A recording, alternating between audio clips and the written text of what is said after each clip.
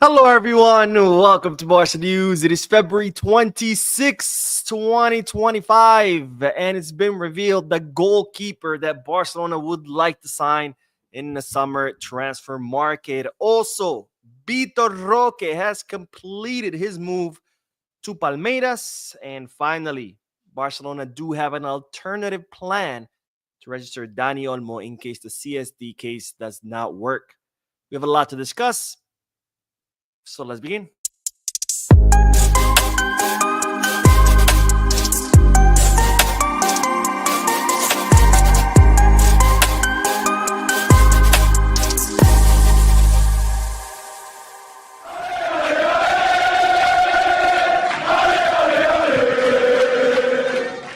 Hello, everyone. Welcome to the channel. My name is Mo, and this is the Barca News live podcast, which is on every Mondays, Wednesdays, and Fridays, where we analyze Barcelona news and where I also get to interact with you lovely people in the chat section by reading your comments, answering your questions, and getting that discussion going. For those of you who will be watching when the podcast ends, I will be putting timestamps in the description, chapters in the timeline, in case you do want to skip through the discussion and get straight into the news. Having said all that, make sure to hit the like button, subscribe to the channel, drop a comment. If you are looking for any Barcelona jerseys or merchandise, make sure to Goal Kits, Get Back, or Fanatics. If you are looking to place any sports bets, make sure to bet us. All links are down below in the description. You click on them, get access to some pretty cool deals and offers. All right, let's begin with the news because, as always, the first segment of news is several subsections of news. But the first bit of news is that we do have a new coach for Barca Atletic. As you know, Barca Atletic have not been doing well under the management of Albert Sanchez,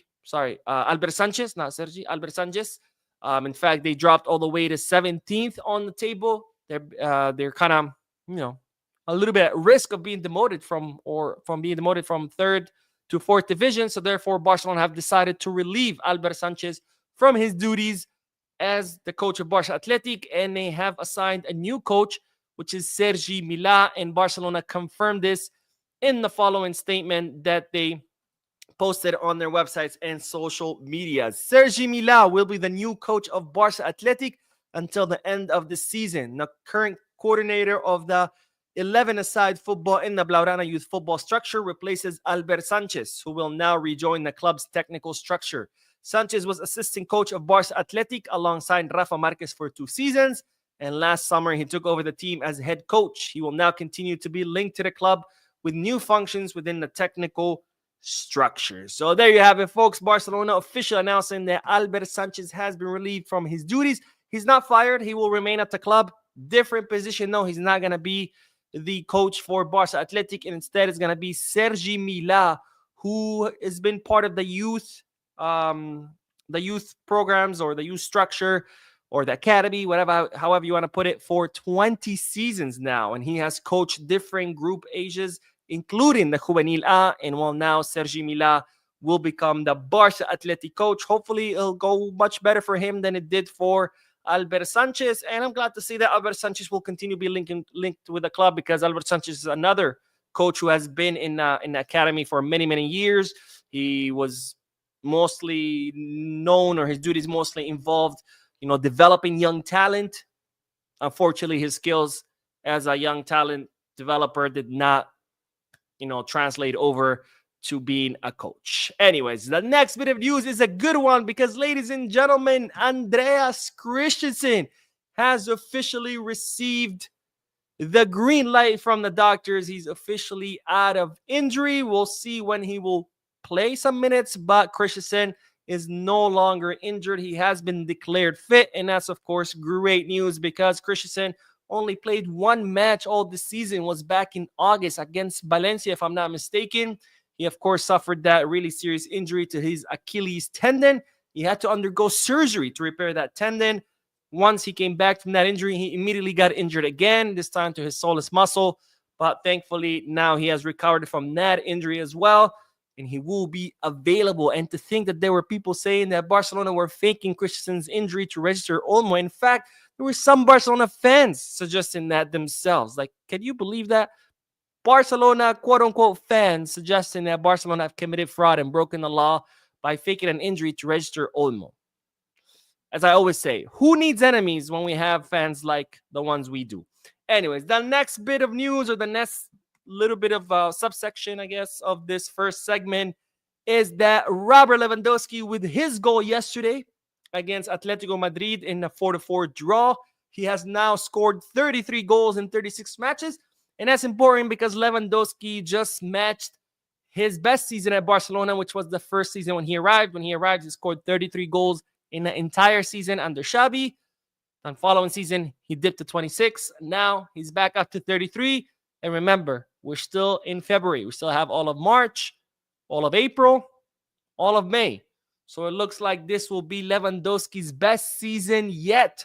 33 goals in 36 matches, and people continue to say that he's old, that he sucks, that we need a new striker. 33 goals in 36 matches. Show me another striker that's putting out these kind of numbers, especially at the age of Lewandowski. And so far, Lewandowski has scored in 22 different matches, including 1 hand trick and 9 doubles. So there you have it, folks. Those are all the little bits of news that always compose the first segment. And now let's start with the chat section, and then we are going to talk about the goalkeeper that Barcelona would like to sign during the summer transfer market. Nifty says, hi, Mo. Thank God I made it tonight. No, thank you, my friend, for making it. Thank all of you for making it. Thank you for the sacrifice of being here, because it is a sacrifice. This is a 30, 40, sometimes 50-minute long podcast. That's time that you could be working, spending time with your family, relaxing, sleeping, watching TV, whatever it may be. But you choose to be here. And for that, I want to thank you from the bottom of my heart for all of you guys for being here with me. Thank you so much. And for those of you who will be watching when this ends, also, thank you so much for your continuous support. You guys are amazing. And again, as I always say, without you guys, I will be just some crazy guy yelling at his camera. All right, the next comment is from Marcos Vargas, who says, just glad to make it to the live stream with my boy Mo. I'm glad you made it, my friend. Thank you for watching and for your comment. And always, Django says, first time watching the live. Greetings, bro. Welcome, my friend. I hope you can watch the live more often.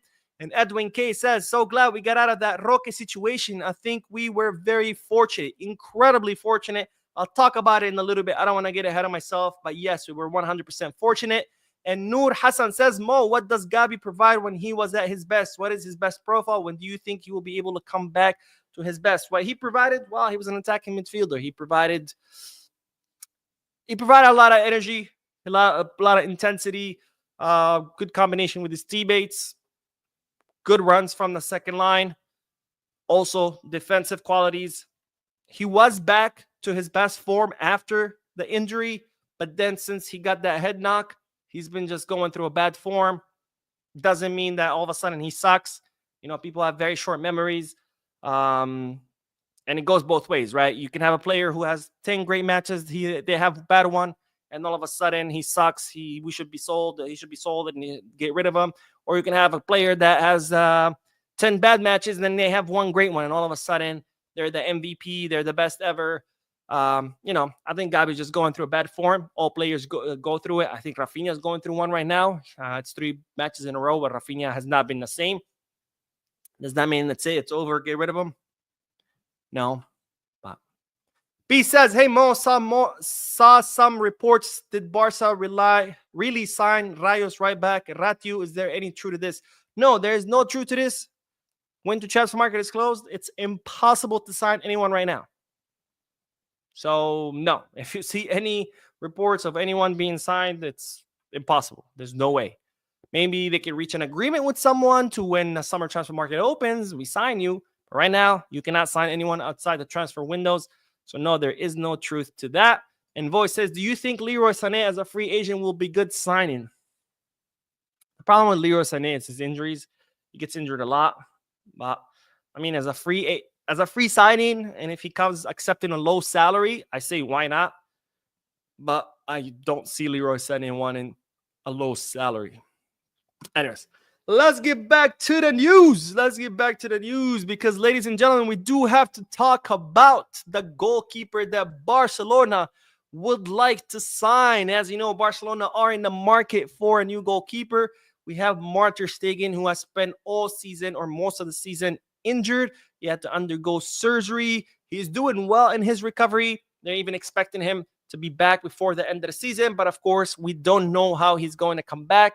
Is he going to be the same Mark Ter Stegen, or is he going to be an Ansu Fati? God forbid. And even if Ter Stegen comes back fully fit, everything great, at the end of the day, he's 32, 33 years old. He's not getting any younger. So, of course, Barcelona are in the market to see who could be kind of like the next young signing that once Mark Ter Stegen decides to hang his gloves, that young goalkeeper can take over as the first goalkeeper. We've talked about many, many names, but we do have a name at the top of the list, which is Barcelona's favorite goalkeeper right now from all the goalkeepers they've considered, and it's no other than Jan Garcia. Now, we talked about Jan Garcia in a previous video. He's a 23-year-old goalkeeper currently at Espanyol. He has a contract with Espanyol until 2028, and it's reported that out of all the goalkeepers that Barcelona have considered and studied and tracked and followed and gotten reports on from their scouts, Jan Garcia is the goalkeeper that they most like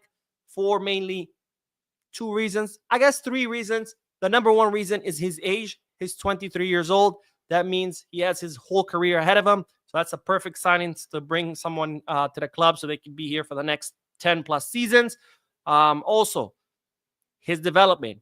This season, he has been absolutely incredible, and he has been on an upward trajectory season after season. So it looks like he's constantly improving, developing, growing, getting better. And again, he's only 23 years old, which means that there's still more ceiling for him to continue growing and getting better. And finally, his release clause, which is reportedly set at 30 million euros. So yes, he does have a contract until 2028, but his release clause is very affordable, which Barcelona could pay and take the player home. So when you combine all of this, his age, his skill level, and only for 30 million, this makes Jan Garcia the top target for FC Barcelona as far as the goalkeeping position. Now, Barcelona will have some competition because Arsenal are reportedly ready to pay the release clause of Jan Garcia. They also want to take him. And of course, PSG is always there. They're kind of like Chelsea, but unlike Chelsea, PSG is always behind, in all the different signings, trying to see if they can sign someone or not. Where Chelsea, they just sign everybody. And then they're like, we'll figure it out. We have 100 players. We can only start 11. We'll figure out what to do with them. But yeah, so that's the news. Jan Garcia, number one option that Barcelona are considering. Again, I've said many times before, I think we don't need to go to the market to sign a goalkeeper. I think we have two excellent goalkeepers in the academy with Iker Rodriguez and Diego Cochen. And I really don't think we need someone. I really think we should keep Mark Ter Stegen. If there's talks about maybe Barcelona want to keep Wojciech for another season, sure, keep Wojciech for another season. And then, maybe if we keep Wojciech another season, we can have Mark and Wojciech as the number one and two goalkeepers, and then have, Cochen and Iker continue growing, continue developing. Once Wojciech leaves, one of those two, Cochen or Iker, can become the number two goalkeeper so they can start getting experience in the Copa del Rey, friendly matches, maybe like a final Champions League match when the club is already qualified. And then eventually, by the time Ter Stegen decides to hang his gloves, one of those two guys, Iker or Diego, will be probably 22, 23, have gotten plenty of experience and are ready to become the number one goalkeeper. Again, with our limited funds, I'd rather we invest in the left wing, in the fullbacks, a striker over the goalkeeper. I think goalkeeper should be the last priority right now because we have plenty of options. We have Ter Stegen. We can renew Wojciech. We have Iñaki Peña, Cochen, Iker, even Astralaga. We have so many options. Why are we looking at goalkeepers? Let's focus on the left wing. Once that's secure, let's focus on the fullbacks. Once that's secure, let's focus on the striker. Then we can start thinking about the goalkeeper. But anyways, that's the news. That's my opinion. Let's do the chat section, and then we will talk about Vitor Roque. I'm going to miss Vitor Roque because I'm not going to get the chance of saying Vitor Roque. Anyways, Noor Hassan says, Mo, what does... Oh, wait, I already read this. I was supposed to read this one. Noor says, Mo, why is Barca more focused on left wing and right back position this summer? A top striker should be our number one priority for summer. You think club plans to get... Because left winger, we don't have anyone. Right back, we have Koundé, but there's no one to compete with him. And we've seen the sloppy mistakes that Koundé does. And what do? You punish him, okay? Kunde, you effed up. 2 of the goals against us, the Atletico Madrid scored, were completely your fault. We punish him. Now what? We don't have anyone to take his place. Hector Fort, sure, but I think he's not there yet, right? So if we have a Champions League match, which we do, we have an upcoming one, how do you punish Kunde and put in Hector Fort? You can't. You can't risk it. So we need someone that can compete with Kunde, where Kunde F's up. You're like, hey, we have a Champions League game. No worries. We can punish Kunde and bring someone else because this other else is capable of. Center forward, again, Lewandowski, 33 goals in 36 matches, and people still crying they want a new striker. How can people justify that? I have no freaking idea. Cooper says, Mo, how are you doing, bro? Sorry, but I know way our team ended yesterday match. I think you... So you don't like how our team ended the match? I don't either. I don't like how they ended it. I don't like how they started it. They started it sleep at the wheel. They ended it sleep at the wheel. And that's 2 goals and 2 goals, right? Had Barcelona walking up, started the match awake, we could have probably prevented those 2 goals. Maybe prevented 1. And Atletic would have only been able to score 1. At the end of the match, same thing. Had they remained focused, we could have prevented both goals. Maybe 1. Hey, 4-2 is much better than 4-4. Rob C says, what's up, Mo? Greetings from California. I've been watching your channel for a while. Good vibes, brother. Thank you. Thank you, my friend, my West Coast brother. I'm from the West Coast too. I don't know if you guys know this. I think I've mentioned it before, but I'm from Vegas. So shout out to my West Coast brothers. West Coast all day. All day.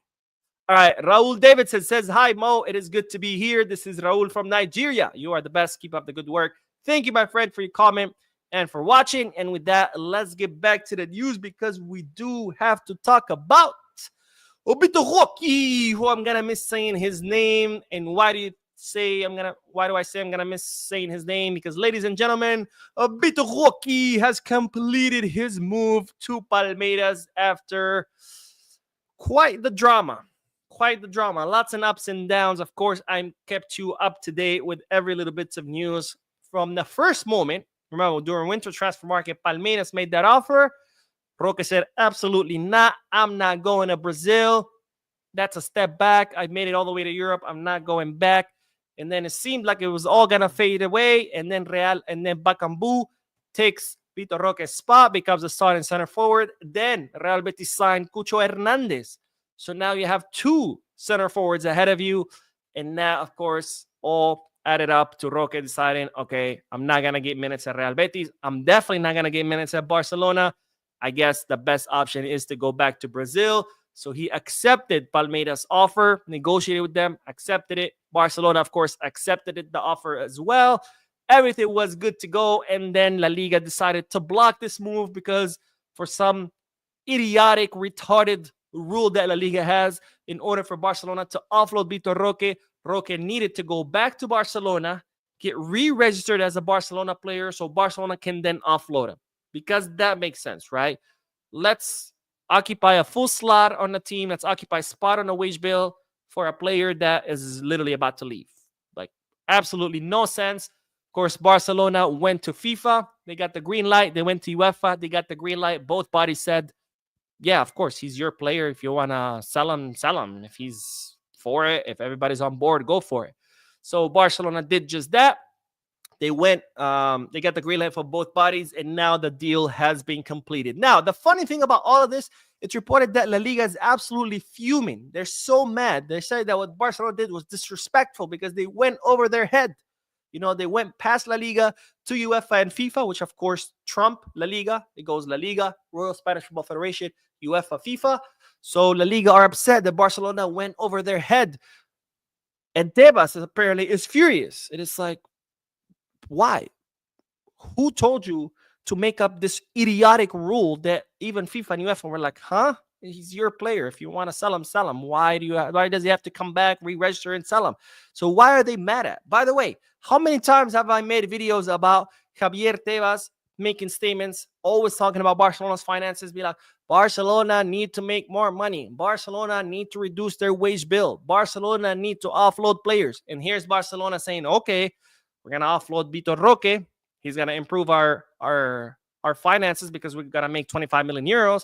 He's going to reduce our wage bill because now we don't have to pay his wages. And overall, it's going to improve our financial fair play and our finances like you wanted us to do. So can we do it? No, no, no, no, no. You can't. You can't.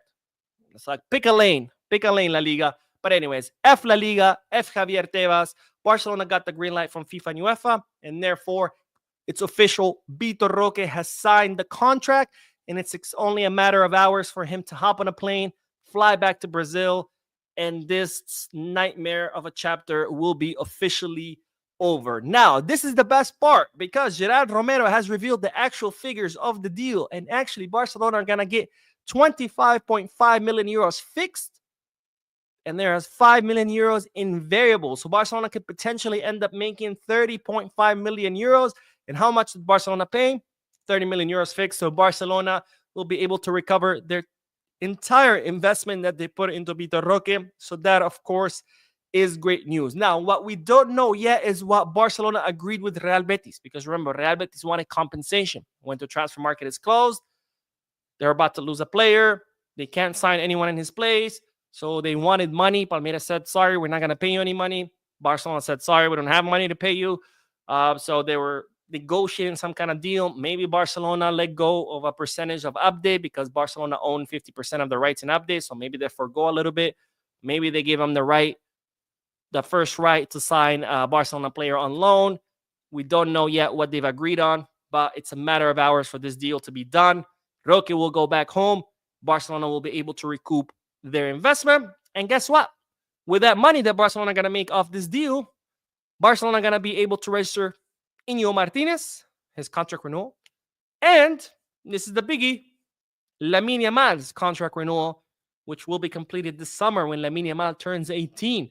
So definitely great news. And hey, La Liga, that's what you wanted, right? You wanted Barcelona to improve their financial fair play, to improve their situation. Well, there you go.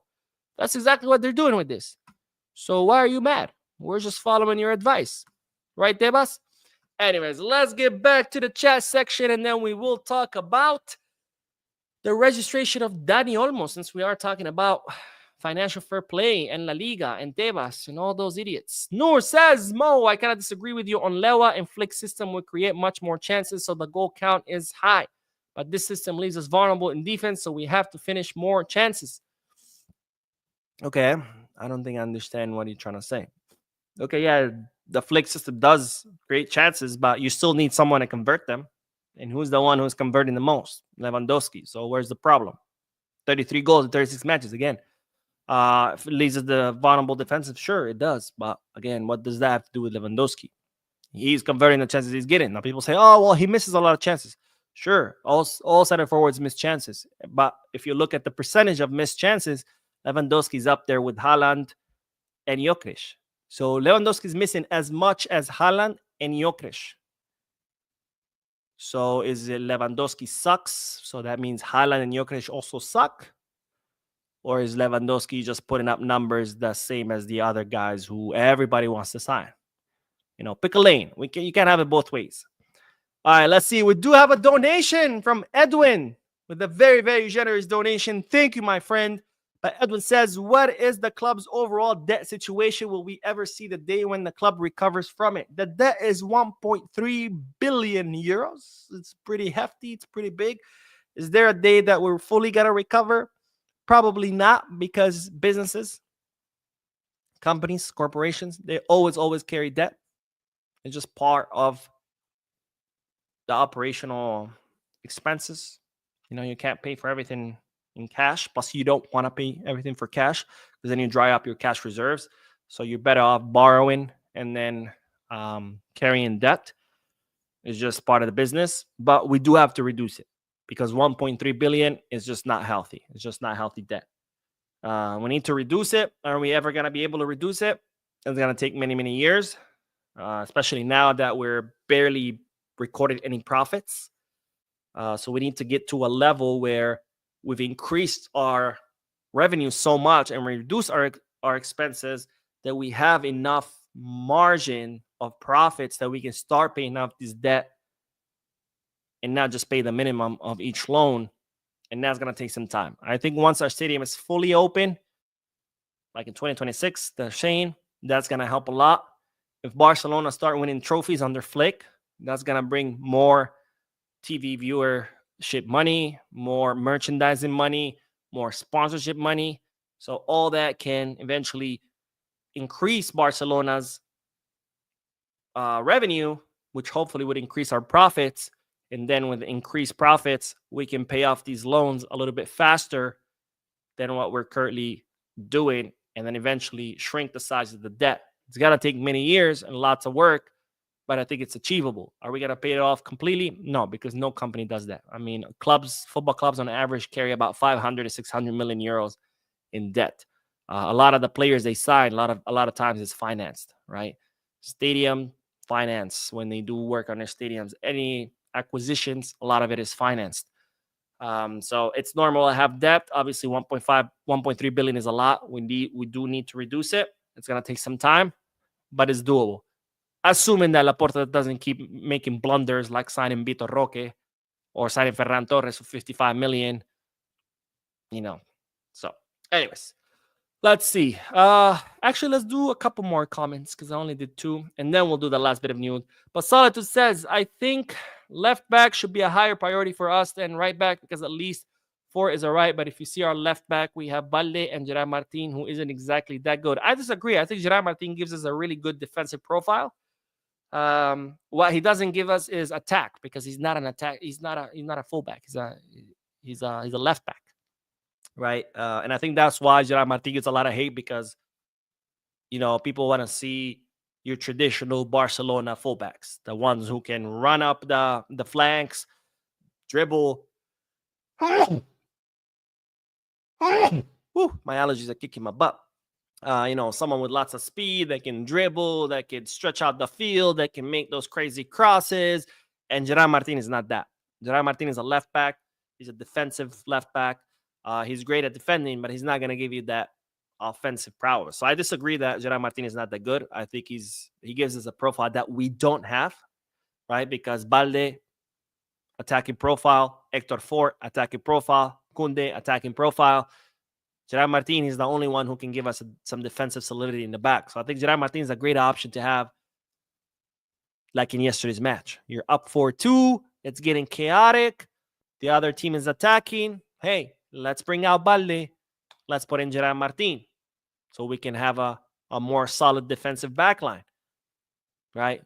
That would have been a more prudent substitution versus let's bring in Fermin and Gavi, 2 attacking profiles. So, no, I don't think the Gerard Martin is bad. Now, which one should be a priority, left back or right back? I don't know. I don't know which one should be a priority. Raul says, why is La Liga making it difficult for us even to sell our players? We have to go through the stress of going to FIFA. It is so pathetic, and their bias is destroying La Liga. Because La Liga is incompetent, and many of the rules make absolutely no sense, and they're idiotic, and that's why.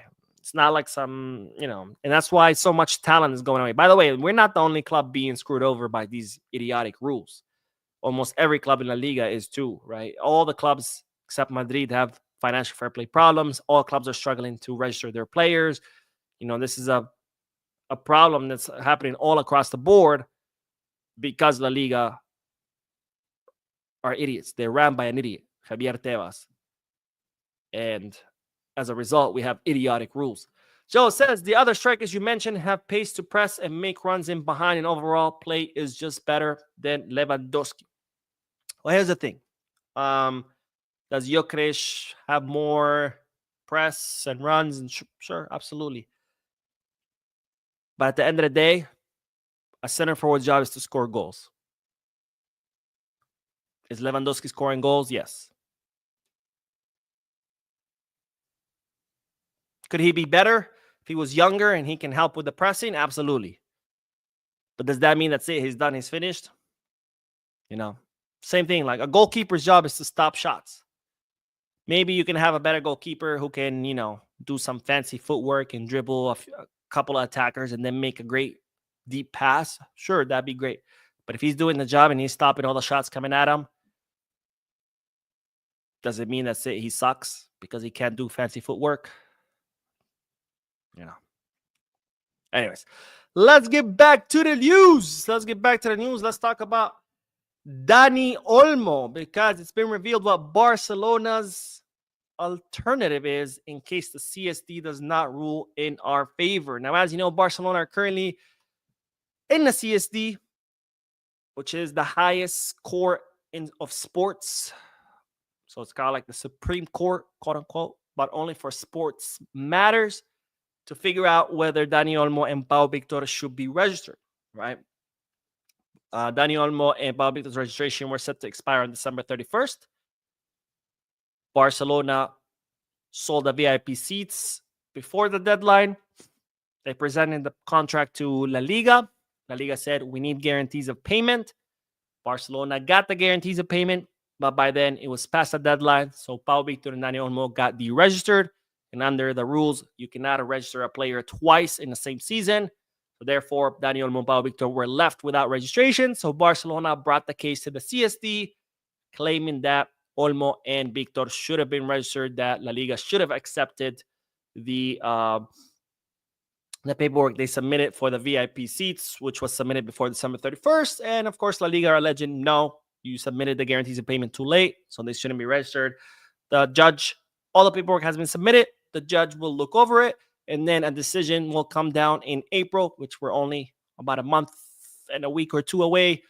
So Barcelona are now, of course, preparing themselves for a scenario where the court might say, sorry, Barca, but La Liga is right.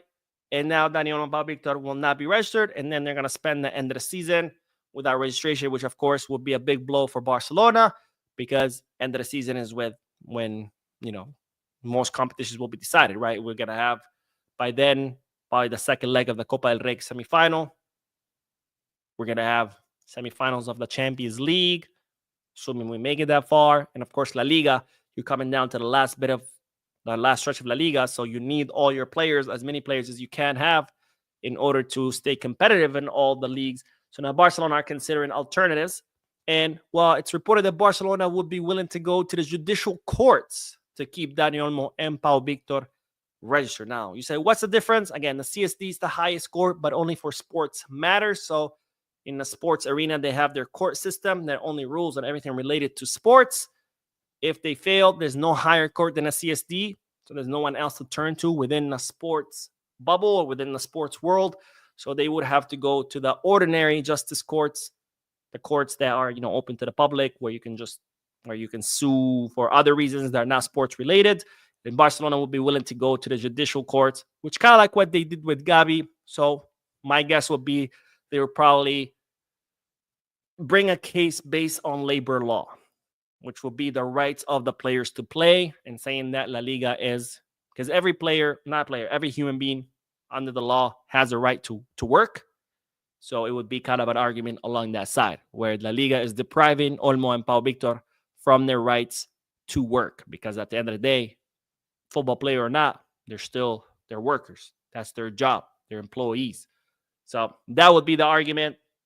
Of course, it would have been nice had John Laporta did things the right way, on time. But when you improvise all the time, this is the kind of shit you have to do. Go from court to court to court to court, trying to see who will save your ass because you didn't do things on time. All right, let's see. Credence says, hey, Mo, love the channel. Why do you think we aren't playing Pau Victor or Pablo Torre? As far as Pablo Torre, I think it's just a matter of the fact that our midfield is stacked. We have so many midfielders ahead of him. Pedri, who's giving us a phenomenal season. Frankie, Casado, De Jong. I already said Frankie. Fermin, Gabi. There's just so many players ahead of him. So I think that's why. As far as Pau Victor, it tells me that probably he's not impressing during practice. Either because Flick maybe doesn't think he's good enough, or maybe Flick just thinks he's not ready yet. Maybe it's like an Hector Ford situation where they're saying Flick is not playing Hector Ford that much because he wants him to spend this season kind of like a growth season, a season where he can learn, develop, get better. So maybe that's what's going on with Pau Victor, or maybe just Flick doesn't think he's good enough to play, because we've seen even Ferran Torres start ahead of Pau Victor. We've even seen Dani Olmo playing as a false nine ahead of Pau Victor. So it's not a matter of being stacked, because obviously we're not stacked. We only have Lewandowski. So it tells me that there's something going on in practice. Either he's not impressing, or maybe Flick doesn't think he's ready yet. All right, let's see. Raul says Tebas should just come out and make a statement that he is an anti-Barca. He is so pathetic. I mean, he doesn't have to say it, right? Every time he has a mic in front of him, he just talks crap about Barcelona. So I don't think there's a need for him to say I'm anti-Barca. I mean, I think at this point it's pretty clear. Kurt says we let down our intensity and the wrong subs, but in all we had a good game, but disappointed with the results. Yeah, we definitely let down our intensity. I mean, we started the match with low intensity. That's how Atletic were able to score 2 goals on us, and then we lowered intensity towards the end, and then that's 2 more goals, and then the substitutions. Flick just made a horrible mistake, which is unlikely of him. We've seen so many times the team start out first half a little bit rocky, and then Flick would go in halftime, make some substitutions, change things around, and then boom, the team all of a sudden starts working in the second half. So we've always we're used to seeing Flick make the right decision when it comes to subs. Not this time around. Ebenezer says, hi, Mo, keep up the great work between Ricky Puig, Ilaich, and Nico Gonzalez. Who did you think could succeed at Barcelona? Honestly, all 3 had what it takes to succeed, but Ricky and Nico, unfortunately, they decided that partying was a lot more fun than hard work and sacrifice. And in the case of Elijah, he was just impatient. He just wanted a starting role right away. He wanted money, and then that wasn't it. Barcelona had a plan for him, multi-year plan to grow, to develop, then eventually become, an important player. But he wanted it now. And